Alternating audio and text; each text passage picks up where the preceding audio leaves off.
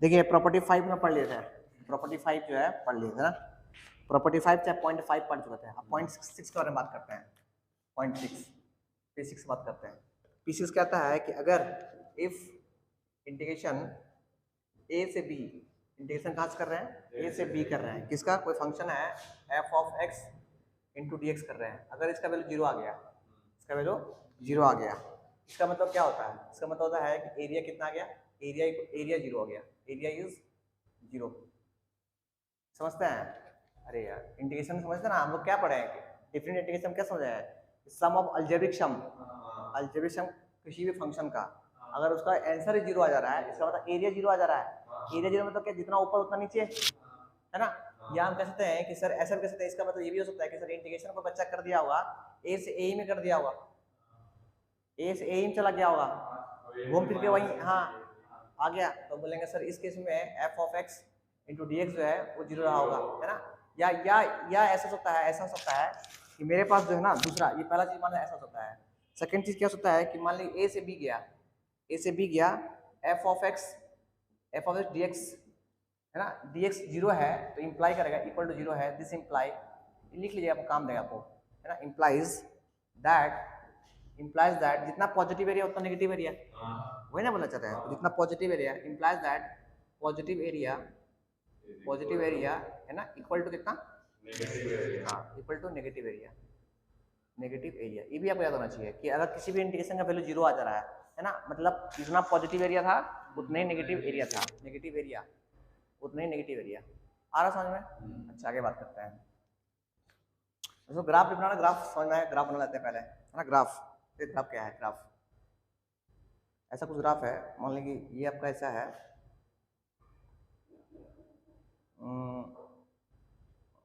कहाँ बात है अच्छी से यहाँ, मान लिया खींच देते, यहाँ खींच देते हैं, ये खींच देते हैं, मान लीजिए हो गया आपका एक्स इक्वल टू ए मान लेते हैं, इसको मान लेते हैं एक्स इक्वल टू बी मान लेते हैं, है ना। जितना एरिया ये वाला है ना, उतना पॉजिटिव है उतना ही एरिया ये है, इससे जीरो हो गया था, है ना, ये पॉजिटिव एरिया है और उतना ही क्या है नेगेटिव एरिया है, इससे दोनों का सम कितना हो गया, जीरो हो गया। आया समझ? याद रखिए किसी भी इंटीग्रेशन में फंक्शन का जीरो आ जा रहा है, इसका मतलब positive area equal to negative area. अच्छा आपको पता है बचपन सिखाया गया था आपको कि अगर कोई कर्व मान लीजिए कोई कर्व है, ऐसे एक कर्व है, तो बताइए यहाँ एफ एक्स का वैल्यू कितना है, यहाँ पे मान लीजिए एक बार कट गया, तो पता है ना आप लोगों को सिखाया था कि यहाँ पे एफ ऑफ एक्स, क्लास 10 में यार कितना बार कट किया एफ एक्स, एक बार, है ना, तो हम बोलते हैं एफ ऑफ एक्स जीरो है, यहाँ पे जीरो है, तो हम बोलते हैं कि सर इसका मतलब क्या हो गया कि एफ ऑफ एक्स का एक रूट है, आपको ये पता है रूट्स, अरे एक बार कट लगाया एक, हाँ जो पूछता नहीं है, आपने पूछता कि भैया को ग्राफ दिया ऐसे, तो पूछेगा एफ ऑफ एक्स कितना कट लगाया, एक बार दो बार तीन बार, तो बोलेंगे तीन, हाँ क्वाड्रेटिक, तो तीन बार कट लगाया तो बोलेंगे भैया एफ ऑफ एक्स कहाँ का जीरो है, वो यहाँ जीरो है, एक बार यहाँ जीरो है, एक बार यहाँ जीरो है ना, तो एक्स का वैल्यू 3 बार है, एक्स का वैल्यू 3 है, एक वैल्यू यहाँ है, एक यहाँ, तो 3 बार है, ये पढ़े क्लास 10th में, ठीक है। अच्छा इसको बोलते हैं एक रूट्स है, अगर एक कट लगाया एक रूट्स, दो कट लगाया दो रूट्स, तीन कट लगाया तो 3 रूट्स, ठीक। अच्छा अभी हम लोग जो पढ़े हैं कि सर जितना पॉजिटिव एरिया उतना ही नेगेटिव एरिया, ध्यान दिए, इसे मान लीजिए यहाँ से ऐसे आया और ऐसे आया, ठीक, ये एरिया ये छोटा टी है, यहाँ स्टार्ट हुआ और यहाँ खत्म हो गया, ठीक, तो ये अगर मान लें यहाँ एक्स इक्वल टू 0 मान सकते हैं, ओरिजिन से, अगर मानना है तो यहाँ मान लेते हैं एक्स इक्वल क्या मान लें, एक्स इक्वल टू 1 मान लेते हैं अपना मन से, ठीक, तो सर जितना एरिया ये है ना उतना ही एरिया ये है कि नहीं, मान ऐसा नहीं है, बस आधा लेगा ना, आधा, अरे आधा ही ना है, आधा ही होगा, अब आधा होगा, अब आधा हो सकता है, यहाँ पे बोल सकते हैं सर एक्स इक्वल टू 1 बोल सकते हैं, हम क्या करें सर जितना एरिया ऊपर है उतना ही एरिया नीचे है, और आप देख रहे हैं कि ये ग्राफ जो है जीरो हो रहा है, मतलब इसका एरिया जीरो तो हो रहा है, बट सर जीरो कब हो रहा है, जब ये ग्राफ एक बार डिप कर रहा है, अगर डिप नहीं करेगा तो एरिया जीरो होगा ही नहीं, समझे। अरे मान ले कि ऐसा है, ऐसा है तो ग्राफ ऐसे ही ऐसे चला गया, जिंदगी में कभी जीरो नहीं होगा, क्योंकि डिप किया नहीं, डिप मतलब कभी वो इसको एक्स कट किया ही नहीं, अगर एरिया जीरो आ रहा है मतलब एक बार जरूर है वो फंक्शन जो है, वो फंक्शन ये ग्राफ है, this is y equal to fx, y equal to F X, मतलब वाई जो है फंक्शन जो है एक बार जरूर एक्स एक्सिस को कट कर रहा होगा तभी उसका एरिया 0 आ रहा होगा, ये भी समझ लीजिएगा। तो एक बार, कम से कम एक बार, तो ये रूट्स है, ये रूट्स है, एक ही रूट्स होगा, इसलिए वो 0 कर रहा है। आ रहा समझ में? और भी हो सकता है, मतलब मिनिमम कम से कम एक बार 0, हाँ कम से कम एक बार वो 0 देगा, इसमें क्या बोले सो। अच्छा आगे बात करते हैं, इसमें लिखना कुछ है नहीं सबको, तो आपको याद रखना है कि 1 रूट है, यहाँ पे क्या बोलेंगे 1 रूट, अगर एरिया 0 हो रहा है तो एक रूट होगा ही होगा। ठीक, आगे बात करते हैं, उसको लिख देते हैं पहले हम, इसको याद रखें। देखिए हम क्या बोले हैं कि अगर इफ, हम जो बोले लिख देते हैं, if F of X integration, बोले इंटीग्रेशन में ए से बी में F of X D X equal to 0 आ रहा है ना, इंटीग्रेशन ए से बी में F of X equal to 0 अगर आ रहा है, देन हम कहेंगे देन देयर एग्जिस्ट क्या एग्जिस्ट, हाँ 1 रूट, वेरी गुड, ये याद रखना आपको है ना, ये पूछेगा आपको इसका मतलब क्या, what imply this, what imply, तो बोलेंगे कि there exist 1 root, at least 1 root, कम से कम एक रूट है ना,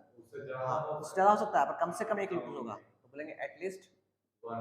1 रूट है ना, ये सब इंपॉर्टेंट पॉइंट्स है, एटलीस्ट 1 रूट्स है ना, ऑफ किसका, ऑफ किसका, एफ ऑफ एक्स का, वही ग्राफ है ना।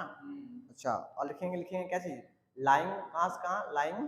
लाइंग बिटवीन कहाँ से कहाँ, ए से बी में, ए से बी में जब मूव करा तभी तो वो ऐसा होना था ना, ए से बी में जब मूव करा था तो एक बार वो जरूर उसको डिप किया होगा एक्स एक्सिस को, तभी उसको एक रूट आया होगा एटलीस्ट, इसमें आया बात को। अच्छा एक क्वेश्चन करते हैं और समझने की कोशिश करते हैं आगे ना। क्वेश्चन है इंटीग्रेशन 0 से 1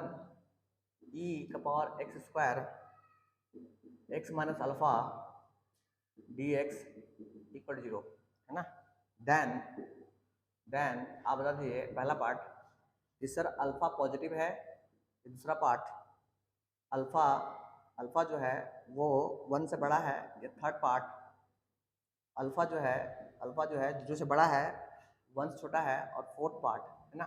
कौन सही बताना है आपको, ये अल्फा नेगेटिव है, आपको ये बताना है कौन सही है, विच वन इज करेक्ट, चारों ऑप्शन में से कौन सा सही है ना। अच्छा मान लिया हमको नहीं आता, तो पहला बात हम क्या करेंगे, सर एक काम कीजिए सर, इसको इससे मल्टीप्लाई कर दीजिए एक फंक्शन, फिर सर इसको इससे मल्टीप्लाई कर दिए दूसरा फंक्शन, ये कर सकते हैं ऐसा। अच्छा उसको वो मेथड अप्लाई करने से पहले एक और तरीका सिखाते हैं पहले है ना, हम लोग क्या करते हैं ना कि देखिए एक ये डिफरेंट इंटीग्रेशन है, ठीक है, अगर डिफरेंट इंटीग्रेशन है उसका ये फंक्शन है, this is function F of x है, उसका वैल्यू 0 आ रहा है, मतलब क्या आ रहा है सर, मतलब एक डिफरेंट इंटीग्रेशन है उसका वैल्यू 0 आ रहा है, इसका मतलब व्हाट, इसका मतलब एक रूट उसका होगा, एक रूट तो होगा ही होगा है ना। तो हम क्या करते हैं, इसका ग्राफ अपना मन से, हमको ग्राफ तो नहीं पता तो ग्राफ ट्राई करते ग्राफ बनाने का। ये देखिए ग्राफ कैसे होगा, 0 से 1, तो मान लेते ग्राफ स्टार्ट यहाँ से हुआ होगा, 0 हो गया ना, तो मान लिया ऐसा हो गया होगा, ठीक है। हम क्या बोल रहे हैं कि सर अगर ये आधा है तो आधा ऐसा मान लेते हैं, आधा, अरे ये आधा है ना यहाँ से यहाँ, तो आधा यहाँ से यहाँ है ना, तो हम क्या कर रहे हैं कि सर ये एरिया हम अपना मन से बना रहे हैं, हमको नहीं पता कि ग्राफ यही होगा, तो बट एक बार 0 हो रहा है इसलिए ऐसा कर रहे हैं, अरे 0 हो रहा है ना डिफरेंट इंटीग्रेशन, तो इसका एक रूट तो जरूर यहाँ रहा होगा, यहाँ पे रहा होगा। अच्छा यहाँ पे क्या रहा होगा, यहाँ पे क्या रहा होगा, यहाँ पे एफ ऑफ एक्स इक्वल 0 रहा होगा, ये पता है आपको कि जहाँ पे कट लगाता है, जहाँ पे कट करता है वहाँ पे एफ ऑफ एक्स क्या होता है, 0 होता है, ये तो पता है। अच्छा यहाँ पे एक्स का वैल्यू कितना है, एक्स का वैल्यू कितना है 0, तो यहाँ पे एक्स का वैल्यू कितना है, कैसे मालूम चला आपको, हाँ लिमिट दिया हुआ 0 से 1, तो ये ग्राफ जो है वो कहाँ से कहाँ 0 से 1 तक गया है, आया समझ में, 0 से 1 और 1 तक गया, तो 0 से यहाँ 0 स्टार्ट हुआ ना, ऐसे पॉइंट 0 का है ना, स्टार्ट हुआ और 1 तक गया, रुक गया, ठीक। अच्छा आज एफ ऑफ एक्स 0 होना चाहिए, क्योंकि डी आई का वैल्यू 0 है, तो एक बार तो भैया एफ ऑफ एक्स जरूर पक्का 0 रहा होगा एक बार। अच्छा आज मेरे लिए एफ ऑफ एक्स कौन है, ई एक्स का स्क्वायर, यही है ना। अच्छा फिर क्या, x minus alpha equal to कितना 0, ये 0 होगा एक बार, this is f of x. अच्छा अब पता है कि दो आदमी का मल्टीप्लाई 0, या तो ये 0 होगा या तो ये 0 होगा, भैया ये 0 होने से पहले रोक देगा, बोले हम तो भाई एक्सपोनेंशियल इंसान, जिंदगी में कभी 0 नहीं होंगे, एक्सपोनेंशियल वैल्यू कुछ ना कुछ तो होगा ही होगा, हमेशा बड़ा होता है वो, कुछ शुरू ही होता है। तो बोलेगा हम 0, तो बोले ना तो भाई तुम 0 हो जाओ फिर, तो भैया फिर क्या होगा, x minus alpha equal to 0 हो जाएगा, है ना।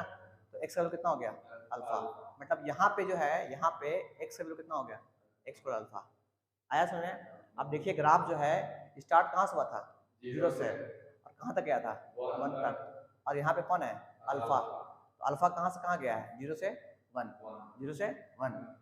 0 से 1। चलिए ऐसे एक ये मेथड हो गया, M1 हो गया, है ना। आप सब सीखते हैं मेथड 2, और वो मेथड अप्लाई कीजिए, बच्चा मरेगा ही मरेगा। कैसे सर, कैसे, देखो इंटीग्रेशन 0 से 1 ई एक्स स्क्वायर इंटू कितना, x माइनस माइनस इंटीग्रेशन कहाँ से कहाँ, ई एक्स स्क्वायर, और अल्फा कांस्टेंट है तो बाहर निकाल देते हैं, है ना, इंटू डी एक्स, ये होगा इंटू डी एक्स। बच्चा हिम्मत करेगा इसका इंटीग्रेशन कर सकता है, ई लिमिट यहाँ पे 0 से 1, है ना। इसका इंटीग्रेशन बच्चा कर सकता है, हम लोग पढ़ के आए हैं इंटीग्रेशन, और बाद में लिमिट पुट कर देंगे, हाँ सक्सेसिव, अरे अलजेब्रिक एक्सपोनेंशियल हम यहाँ इंटीग्रेशन कर सकते हैं, बट बच्चा यहाँ इंटीग्रेशन रोक देगा, बोलेगा सर इसका इंटीग्रेशन तो होता ही नहीं है। पहली बात हम कल सिखवाए थे, ई का पावर एक्स स्क्वायर इंटीग्रेशन होता ही नहीं है। जब इसका इंटीग्रेशन जब होगा ही नहीं, हम आंसर कहाँ से देंगे फिर हम, इसीलिए हम वो मेथड अपनाए थे। आया सर, हाँ इस तरीके से जाइएगा तो आंसर नहीं आएगा फिर, ये भी तरीका सही तरीका है, बट जब इंटीग्रेशन इसका पॉसिबल ही नहीं है तो आप इंटीग्रेशन कैसे कर दीजिएगा आप, इसलिए बात समझ आए। तो आपको रोड में अगर कहीं फेंका मिल जाए ई का पावर एक्स स्क्वायर, तो आप रोक दीजिएगा, भैया इंटीग्रेशन पॉसिबल नहीं है, integration is not possible, integration is not possible, ठीक है ना। अच्छा इस तरह मेरे पास टोटल 7 फंक्शन है, आज हमको याद है एक और फंक्शन है, जैसे कि इंटीग्रेशन में साइन ऑफ लॉग एक्स, अगर ये फंक्शन मिल जाए ना, इसका भी इंटीग्रेशन पॉसिबल नहीं है, ले, है ना। इसी तरह और फंक्शन है मेरे पास, हमको याद नहीं आ रहा फिलहाल बता रहे हैं, इंटीग्रेशन में कॉस ऑफ लॉग एक्स, जो मुझे याद आएगा हम बता देंगे, इसका इंटीग्रेशन पॉसिबल नहीं है, इसका इंटीग्रेशन होता ही नहीं है, साइंटिस्ट लोग कर करके मर गया, पॉसिबल है, हाँ साइंटिस्ट लोग कभी हुआ ही नहीं इंटीग्रेशन। तो कुछ 3 फंक्शन अभी ऐसे याद हमको है, और भी कुछ फंक्शन, टोटल 7 फंक्शन ऐसा है जिसका इंटीग्रेशन होता ही नहीं कभी, आ रहा समझ में, जिसका इंटीग्रेशन पॉसिबल नहीं है। ठीक, आगे बढ़े, इसमें आया को बात को, ठीक। ये .7 P7 .7 ये कहता है कि अगर इफ f ऑफ x, कोई फंक्शन f ऑफ x है ना, वो क्या है, वो पॉजिटिव है, वो क्या है, पॉजिटिव है, या वो नेगेटिव है, कोई function f of x positive है या नेगेटिव है, देन आप आराम से खुले आसमान में कह सकते हैं कि सर वो फंक्शन जो है, वो फंक्शन f ऑफ x, अच्छा इंटरवल डाल दीजिए अच्छा रहेगा, ये पॉजिटिव है, ये फंक्शन पॉजिटिव है या नेगेटिव है किसी इंटरवल में, जैसे a, b कोई इंटरवल है, अगर पॉजिटिव है तो सर इसका जो फंक्शन, जो इंटीग्रेशन होगा a से b में, है ना, dx जो होगा वो भी पॉजिटिव होगा या नेगेटिव होगा, बस। अगर f ऑफ x पॉजिटिव हुआ तो ये होगा उसका इंटीग्रेशन, अगर कोई फंक्शन नेगेटिव है तो उसका इंटीग्रेशन नेगेटिव होगा, समझे। कैसे सर, कैसे समझे, समझते हैं ऐसे है, जैसे कोई फंक्शन मान लीजिए फंक्शन जो है f ऑफ x पॉजिटिव है, पॉजिटिव मतलब क्या, वो बेचारा ऊपर उड़ रहा है ऐसे, अरे पॉजिटिव मतलब x से ऊपर उड़ रहा होगा, और कोई इंटरवल मान लीजिए, इंटरवल ये a है, ये b है, x इक्वल टू a हो गया, x इक्वल टू b हो गया, ये फंक्शन हो गया। आपको इंटीग्रेट करना है, मतलब एरिया निकालना है, एरिया तो ही नहीं आएगा इसका, अब बताओ ये एरिया पॉजिटिव आएगा नहीं आएगा, अब इसलिए आएगा, है ना। यहाँ का जो एरिया है वो क्या है, पॉजिटिव है, अगर फंक्शन पॉजिटिव है तो उसका एरिया जो आने वाला है वो भी क्या होगा, पॉजिटिव होगा। अच्छा दूसरा केस क्या सर, मान ले कैसा हो जाए, कोई ग्राफ नीचे से जा रहा बेचारा, नेगेटिव ग्राफ था, तो एरिया ए से बी में देखेंगे एरिया कैसा है, नेगेटिव एरिया है, इसलिए बोले अगर नेगेटिव हुआ फंक्शन उसका एरिया कितना होगा, नेगेटिव होगा। ये है क्या, एरिया है ना, एरिया है, कैसा एरिया है, अलजेब्रिक सम है, अलजेब्रिक सम है प्लस माइनस। और अभी पढ़ेंगे एरिया अंडर कर्व, जो पढ़ेंगे वो क्या है, area under curve, total magnitude है, टोटल एरिया है वो। अरे यार अभी इसका बाद पढ़ेंगे, इसका बाद पढ़ेंगे, अब क्या पढ़ेंगे, एरिया अंडर कर्व। अरे एरिया अंडर कर्व मतलब कोई कर्व है, यहाँ पे देखा ना, देखिए देखिए ध्यान दिए, ऐसे मान लीजिए कोई कर्व है, एक फंक्शन, देखिए मान लीजिए कोई फंक्शन ऐसे है, ऐसे ऐसे है ना, आपसे पूछेंगे कि भैया यहाँ से लेकर यहाँ तक में एरिया कितना है, तो एरिया कितना होगा, तो एरिया क्या होगा, देखिए इसके बीच में पहले एरिया ये हो गया, फिर एरिया ये वाला एरिया हो गया, और फिर ये जो एरिया ना, टोटल एरिया को जोड़ देंगे ना, वही हमको देगा area under curve, total area under curve. है ना। बट यहाँ पे हम लोग इंटीग्रेशन में क्या कर रहे हैं, इसको मैच कर दे रहे हैं, इसको जोड़ दे रहे हैं, ये दोनों में फर्क है। लास्ट क्लास तो बात किए थे सवाल लोग। अच्छा ये भी बात हो गया, ये पॉइंट 7 हो गया ना, तो आगे बात करते हैं।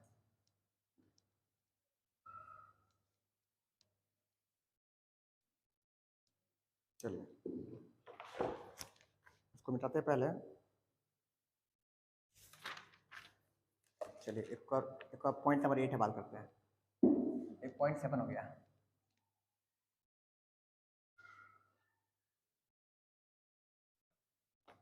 पॉइंट नंबर 8, पॉइंट 8 क्या है कि इन इंटरवल ए से B if F of X बड़ा है किसे, ये इक्वल टू है जी ऑफ एक्स से, है ना, देन इंटीग्रेशन ए से B F of X dx जो होगा वो भी बड़ा होगा, ये ऊंचा होगा, इंटीग्रेशन ए से बी, है ना, किसका, g of x into d x. अभी सर ये क्या है सर, तो इसको बताइए आप, ये क्या है, देखिए कैसा है।